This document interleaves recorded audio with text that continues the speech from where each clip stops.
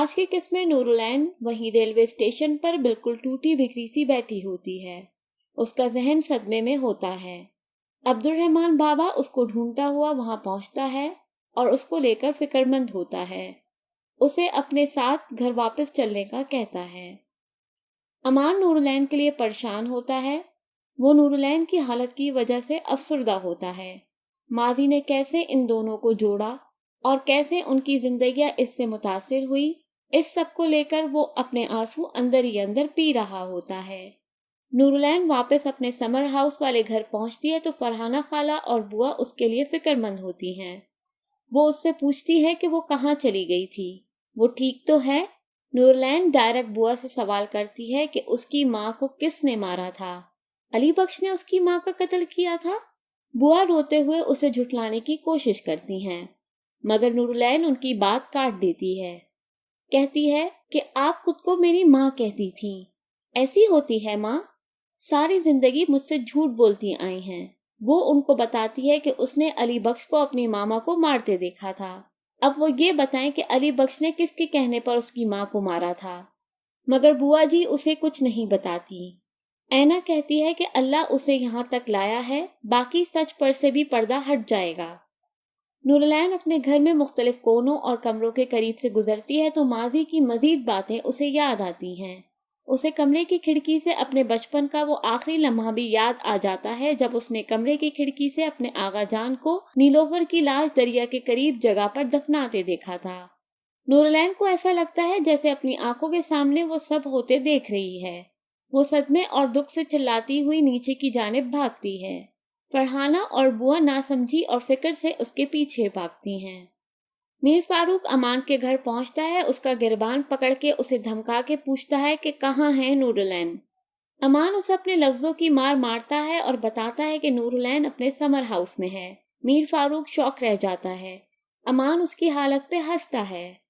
نورالعین اس جگہ پہ پہنچ کے اسے کھودنے لگ جاتی ہے۔ بوا فرحانہ کو کہتی ہے کہ اسے روکیں، مگر اینا ان کو دور رہنے کا کہتی ہے اور عبد الرحمن بابا کو کہتی ہے کہ اس کے ساتھ کھودنے میں مدد کریں۔ نورالعین کو کھدائی کے دوران اپنی ماں کا بریسلیٹ ملتا ہے۔ وہ درد، تکلیف اور صدمے میں چلانے لگتی ہے۔ وہ اپنی ماں کا بریسلیٹ پہچان جاتی ہے۔ فرحانہ اس بریسلیٹ کو دیکھ کے رونے لگتی ہیں۔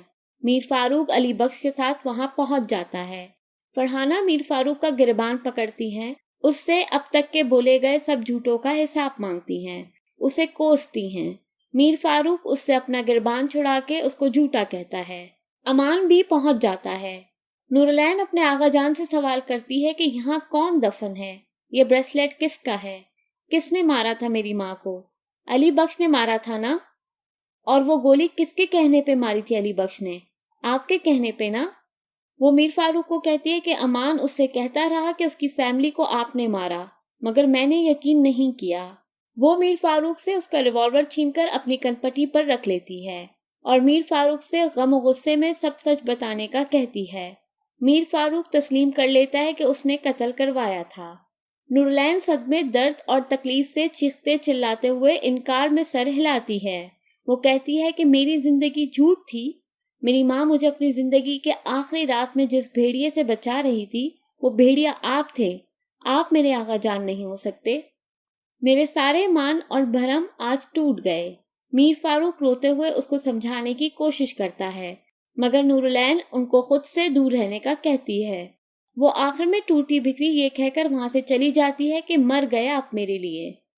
میر فاروق اسے روکنے کی کوشش کرتا ہے، امان کی بھی منت سماجت کرتا ہے کہ نور جہاں کو روک لو۔ میر فاروق ذہنی کرب و تکلیف میں مبتلا ہو کر زمین پر بیٹھ جاتا ہے۔ اسے نیلوفر کے ساتھ کی گئی اپنی زیادتیاں یاد آتی ہیں۔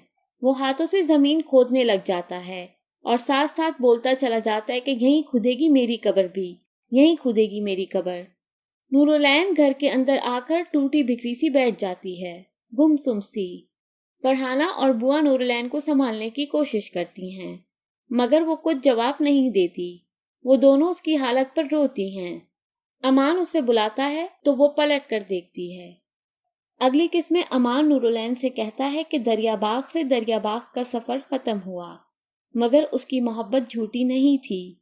نورالعین اس سے سختی سے کہتی ہے کہ تمہاری مجبوریاں ختم ہوئیں، تمہارے بدلے پورے ہوئے اور ان کے ساتھ ساتھ تمہاری جھوٹی محبت کا وقت بھی ختم ہوا.